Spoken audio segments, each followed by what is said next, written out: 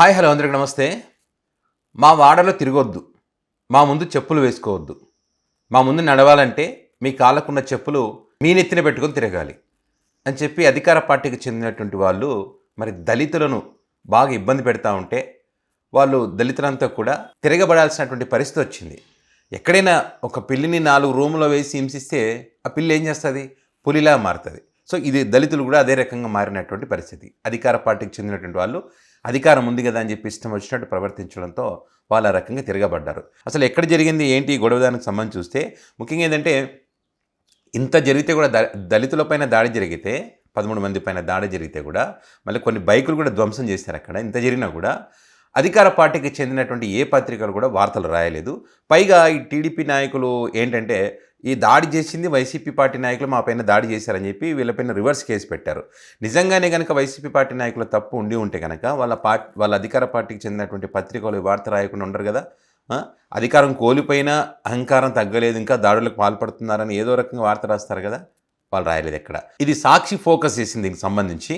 మా వీధుల్లో మీరు తిరగకూడదు, మా ముందు చెప్పులు వేసుకొని నడవకూడదు, దళితులు ఊర్లోనే ఉండకూడదు, ఖాళీ చేసి వెళ్ళిపోండి అంటూ టీడీపీ వారు చెలరేగిపోవడంతో దీని అందరి కారణం కూడా అక్కడ రోడ్డు విషయంలో, సిమెంట్ రోడ్డు విషయంలో టీడీపీ పార్టీ నాయకులకు వీళ్ళకి మధ్య చిన్న గొడవ జరిగిందంట. మాట పెరిగి అది పెద్దగా మారడంతో వాళ్ళు చెలరేగిపోయారంట వీళ్ళపైన. అప్పుడు ఈ దళితులు చేసేది వెళ్ళాక తిరగబడ్డారంట అక్కడ. ఈ ఘటన ఎక్కడ జరిగిందంటే చిత్తూరు జిల్లా నగరి మండలం తొడుకుపేట గ్రామంలో గురువారం రాత్రి చోటు చేసుకుంది. ఈ దాడుల్లో దళితవాడకు చెందినటువంటి విక్కీ 20, సంతోష్ 17 సంవత్సరాలు, ప్రవీణ్ కుమార్ 23 సంవత్సరాలు, శ్రీధర్ 27 సంవత్సరాలు, రమేష్ 43 సంవత్సరాలు, శ్రీకాంత్ 18 సంవత్సరాలు, సిద్ధు 14తో పాటు వీరికి మద్దతుగా నిలిచినటువంటి వైఎస్ఆర్సీపీకి చెందినటువంటి గోపి 40 సంవత్సరాలు ఆ వ్యక్తి కూడా గాయాలయ్యాయి.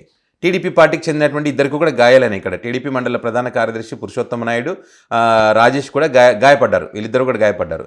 మరి గాయపడ్డటువంటి వీళ్ళందరినీ టీడీపీ నాయకులు వాళ్ళ ఇళ్లను నిర్బంధించి, వైసీపీ పార్టీకి చెందినటువంటి వారిని కూడా వాళ్ళ ఇళ్లలో నిర్బంధించి వైఎస్ఆర్సీపీ నేతలే మాపైన దాడి చేశారంటూ రాస్తారోకో చేస్తూ దళితుల ఇళ్లపైన దాడులు చేస్తూ మరి అదేవిధంగా వాళ్ళ 6 బైకులను తగలబెట్టారంట. 6 బైకులను తగలబెట్టి 13 మంది పైన కేసులు పెట్టారు. ఇంకా కొంతమంది పైన కూడా కేసులు పెట్టే అవకాశం ఉంటుందంట. ఈ నిర్బంధంలో ఉన్న వాళ్ళు బయటకు వచ్చిన తర్వాత అనేక విషయాలు, అసలు ఏం జరిగిందనే విషయాలకు సంబంధించి వాళ్ళు చెప్పడం జరిగిందంట.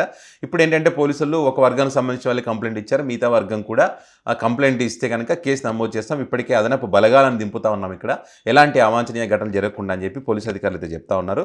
మొత్తానికైతే ఇక్కడ ఉన్నటువంటి దళితులు అదేవిధంగా మహిళలు చాలా మంది భయపడతా ఉన్నారు.